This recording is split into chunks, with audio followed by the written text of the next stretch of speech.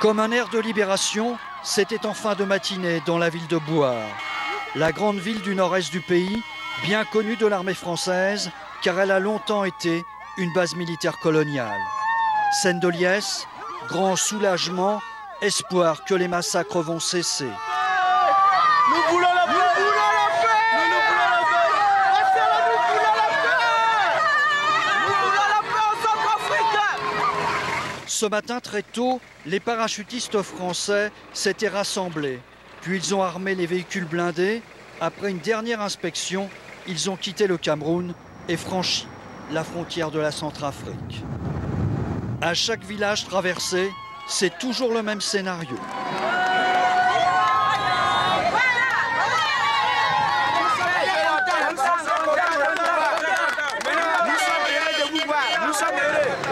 Ce soulagement, on le comprend en écoutant les témoignages.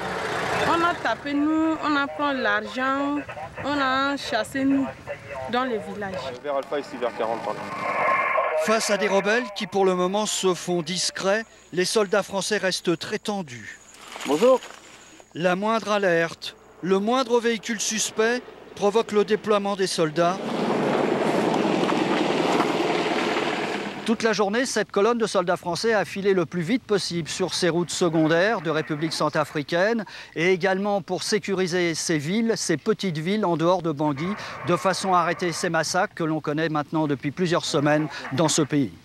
Autre lieu clé de cette intervention, la capitale, Bangui. C'est Martine Laroche-Joubert qui est sur place et elle nous dévoile l'atmosphère qui y règne.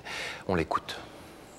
Ici à Bangui, c'est maintenant l'heure du couvre-feu. Mais les hommes de la Séléka, ces ex-rebelles qui ont pris le pouvoir en mars dernier, continuent de patrouiller dans les rues, dans des pick-up et armés jusqu'aux dents.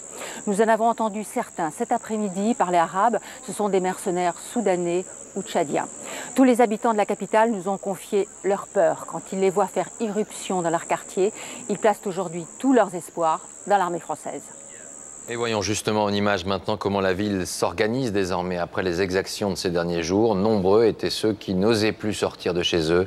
Reportage donc Martine Laroche-Joubert, Nicolas Hauer. Bangui, ville fantôme, ses habitants demeurent hantés par les violences des derniers jours.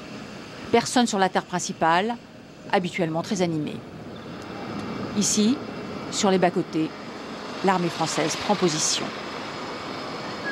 À l'écart, le quartier Sango, l'un des très rares endroits de la capitale où les familles osent sortir pour acheter un peu de nourriture. Tous regrettent que l'armée française ne patrouille, selon eux, que sur les grands axes. Et dommage en est que les Français ne rentrent pas dans le secteur, dans les ruelles. C'est ce qui a fait qu'il y a beaucoup de gens, il y a les exactions dans les ruelles, les braquages dans les ruelles et tout. Rien n'est sûr, parce qu'il y a encore des morts partout, partout. La morgue de Bangui. Ces employés de la Croix-Rouge déposent sans cesse de nouveaux cadavres. Il y aurait plusieurs centaines de morts depuis 3 jours. Cette femme cherche un proche. C'est la photo. D'autres aussi viennent reconnaître leur mort. Elle a retrouvé son neveu. Elle repart avec son cercueil. À côté, l'hôpital communautaire. Les blessés gisent dans les couloirs. Il n'y a pas assez de lits, pas assez de médecins pour opérer. Marie-Elisabeth travaille pour Médecins sans frontières. Donc voilà, ça continue encore tout le long et encore dans le bâtiment que vous voyez en face. On a installé une tente. Les patients ont été installés ici hier après-midi. Il fait très chaud. On a tiré. Mon fils a reçu 2 balles. Aujourd'hui, malgré la présence de l'armée française, les exactions continuent dans certains quartiers de Bangui.